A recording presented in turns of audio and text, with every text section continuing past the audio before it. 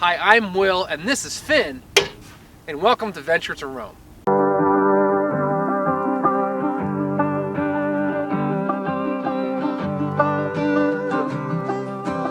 Today, I'm going to walk you around our 2013 JKU Sahara and show you what we've done to this thing. It is not what it once was, so stay tuned.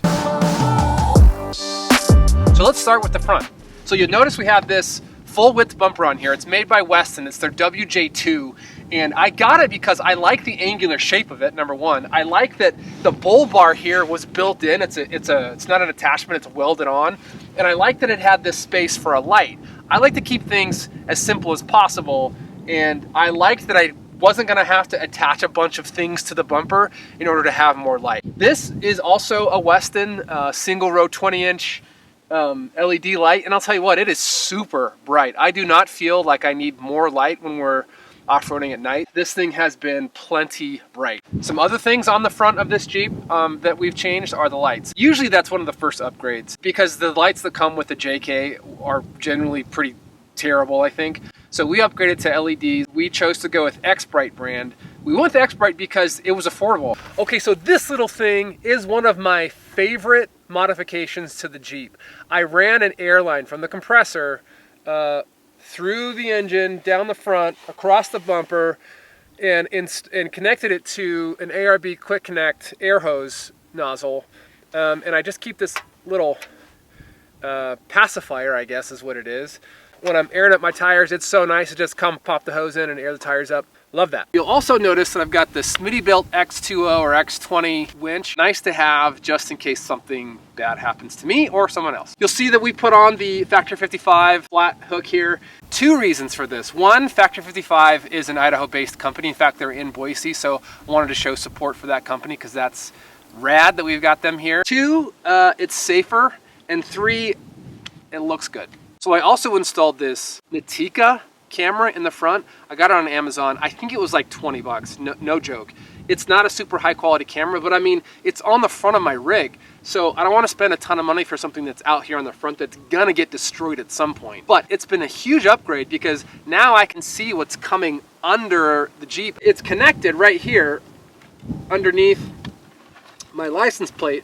These are those dealer magnets that they throw on the temporary plates. I didn't want to drill into my bumper, so I just put these heavy duty magnets on here, and they haven't moved. And so if I ever need to replace the camera, I have that bundled right here, and I can just disconnect it, replace it, repair it, whatever I need to do, and that sits right there underneath the flat hook. Okay, so the first thing I want to show you in here is the most obvious. It's this ARB diff cover. I love this thing because they are awesome. They are heavy duty. Honestly, also because they're red, and I think it looks cool. Underneath this diff are the 488 Yukon gears that I had installed. So I went with 488 gears. One, because we run heavy. We've got this thing packed down with kids and gear and the rooftop tent. Two, because we usually wheel above 4,000 feet, oftentimes way above 4,000 feet. It's really been just right. Let me show you what I've got going on under here. So the JKS track bar, I had some major flex happening after I put on my lift, and that JKS track bar keeps it steady now. It made a huge difference in my driving. Another thing that you'll see is the steering stabilizer from AEV, and you can't really see all the components, but we also have a high steer kit from AEV, and this all came with the AEV 3.5 inch dual sport lift that we put on this Jeep. Another super important upgrade was the JKS quicker disconnect sway bars. These things have made such a huge difference. I can get them disconnected in less than a minute, put them back on in less than a minute. It's just made my off-roading experience way, way, way better, and really allowed the Jeep to be a Jeep, to really flex when it needs to, absorb bumps when it needs to. So that's a huge upgrade. Look, I know you just met Finn, and you should probably buy somebody dinner first before you do this, but I'm gonna lift up the hood and show you what's underneath. Okay, the first thing to know about what's happening under the hood here is that the answer is not much. It's very stock. I haven't done any kind of modifications to the air intake or to the engine, no turbos, no fancy stuff. I just am trusting the engineers at Jeep that they did it right the first time. Over here, we've got a couple things that have made my life off-road very easy. So one, the VO switch or VOS switch, I'm not really sure how you say it, 8 switch relay that goes to a switch bank inside the Jeep. Super important to have those switches because it controls all the lights, the lockers, the compressor, all that's running off of this switch box. Also the compressor, the ARB single piston, I didn't go double, I went single. And it can still do everything that I need it to do. It airs up my tires pretty fast. It runs our front and rear air lockers. I'm super happy with this ARB compressor. I would definitely recommend it. It's a major piece here under the hood. So I went with the Optima red top battery. The story of why I replaced my battery is one of those dumb things. I thought there was something wrong with the electrical system. The battery was dead. It turns out I just needed to tighten the ground on my battery. And so before I had figured that out, I thought I'm just gonna go buy a new battery. And I went with the red top. Happy with it, but I do regret being so dumb. And let's talk tires. When I first bought this Jeep, it had a set of 33-inch Toyo Open Country AT2 Extremes. I switched to the 35 by 12.5 Nitto Ridge Grappler, and I've been super happy. These things off-road are really great, really grippy. On-road, they're fine, they're quiet. I've just been really happy with their off-road performance. The wheels on here are fuel wheels. They came with the Jeep when I bought it. Honestly, I'm not an expert when it comes to wheels, so I don't really know what makes a good wheel versus a bad wheel, other than it holds up, it doesn't break, looks good. I realize I haven't talked about our suspension. So we put a lot of stuff in here and a lot of people in here when we go out overlanding. We did a 3.5-inch AEV dual sport lift system on this thing, and it's A+. I love it. We were getting a little bit of sag in the back. So what we did is we installed airbags inside the springs, and when we load up, we air those things up and it keeps the Jeep level, and we still get all the performance that we need out of the AEV suspension and the springs. You'll also notice I changed the decals. No more Sahara sticker, no more unlimited sticker, just trail rated and Jeep. Let's talk rock sliders. So the Sahara comes with those plastic steps. Being off-road, they were terrible. It was just a matter of time before I destroyed the side of my Jeep.